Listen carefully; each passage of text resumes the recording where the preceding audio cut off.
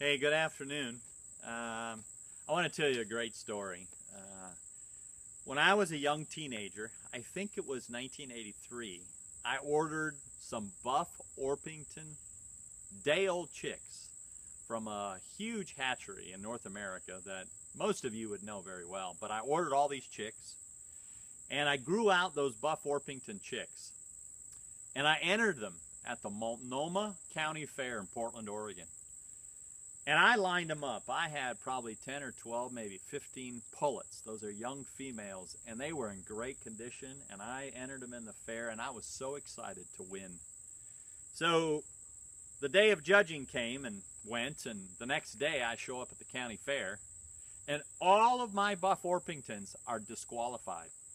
They all said lack breed characteristics, lacks breed characteristics, lacks breed characteristics, all the way down the line. All my Buff Orpingtons were disqualified. And I'll tell you, that was very disappointing on that day, but it was a great learning experience for me as a young poultry enthusiast. I learned that I need to get my standard out, the standard of perfection, evaluate the birds, look at them closely, and I discovered that I had buff-colored chickens, but I did not have Buff Orpingtons. And here we are, 35 years later, around 35 years. And 6 years ago, we started the Sustainable Poultry Network. And for the last 6 years, we've been looking for really, really good Buff Orpingtons. And I want to tell you, in the last couple of weeks, we have secured ourselves some fantastic Buff Orpington genetics.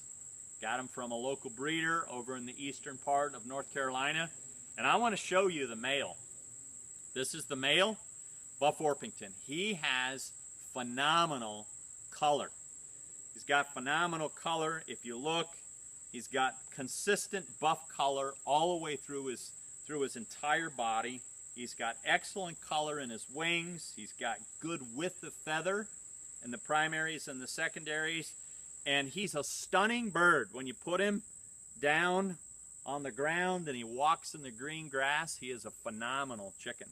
Now, I will also tell you, more importantly than his color, he's got a great body. He's got a very, very good body. He's got excellent Orpington type. And you'll see he's a little bit feisty. I've been holding him for a long time. But you'll see he has a phenomenal comb. He's got a nice, straight, single comb. He's got 1, 2, 3, 4, 5 spikes on his single comb, which is what the standard calls for. He's got excellent white legs, good strong shanks. He's a fantastic bird. He's got a nice good width on his heart girth, a flat back. Let's check his breastbone and his keel bone. Oh, it's got an excellent, nice, straight keel bone.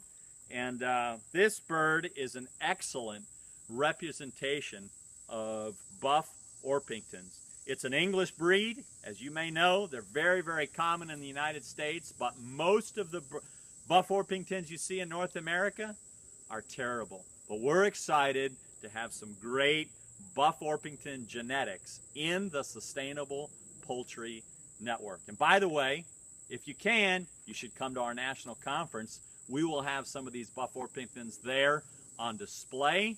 That's the second weekend in November, November 10, 11, 12, 13 in Asheville, North Carolina. Love to see you there. Have a great day.